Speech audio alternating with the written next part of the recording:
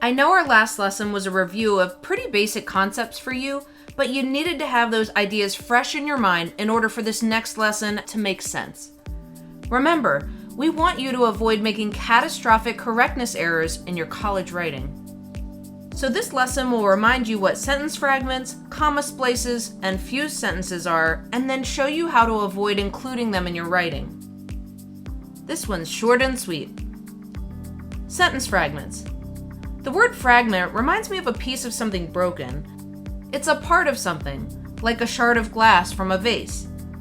A fragment definitely isn't the whole original object, so we'll think about sentence fragments as incomplete elements that aren't full-fledged sentences.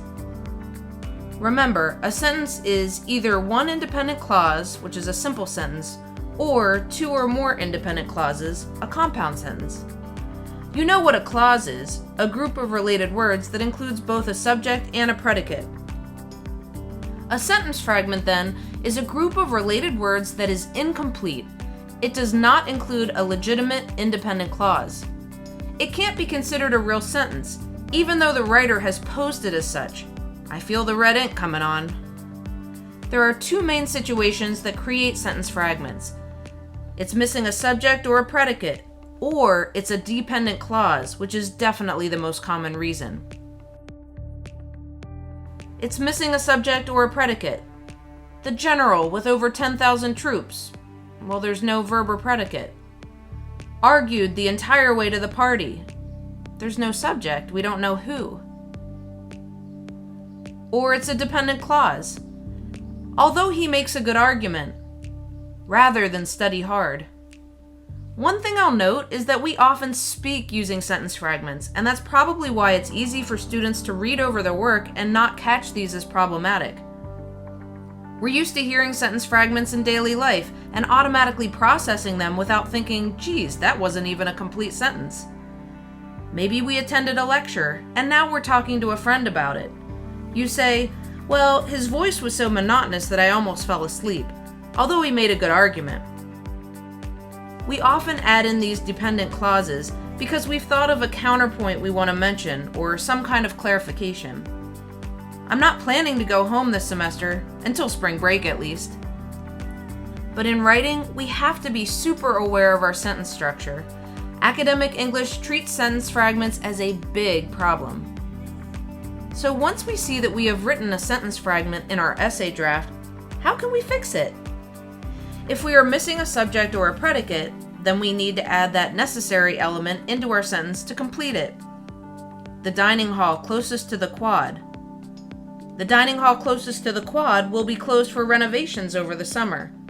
We should meet at the dining hall closest to the quad. Advocating for a new prerequisite course. Advocating for a new prerequisite course is a common position within the department. If we have a dependent clause because of a subordinating word or phrase at the beginning of our attempted sentence, we can create a real sentence by adding a complete independent clause. Basically, we would answer the question, what? Now that enrollment is up. What? Now that enrollment is up, the university is offering more sections of freshman writing. Oh. Even though he used a bitter tone. What? Even though he used a bitter tone, the author effectively conveyed his frustrations with the spending plan. The other way to turn a dependent clause into a standalone sentence would be to remove the subordinating word or phrase. Now that enrollment is up. Enrollment is up. Even though he used a bitter tone, he used a bitter tone. Okay, it's time to practice. I'll give you 4 examples and see if you can identify which ones are sentence fragments and which ones are true sentences that can stand alone that have legitimate independent clauses. I'll let you read through them on your own.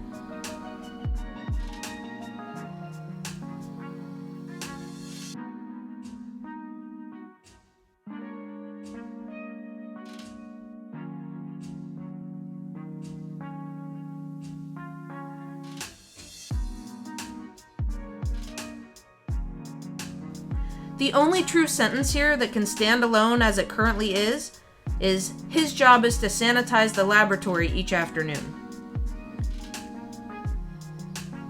fix the 3 sentence fragments, we have to identify the issue in each one.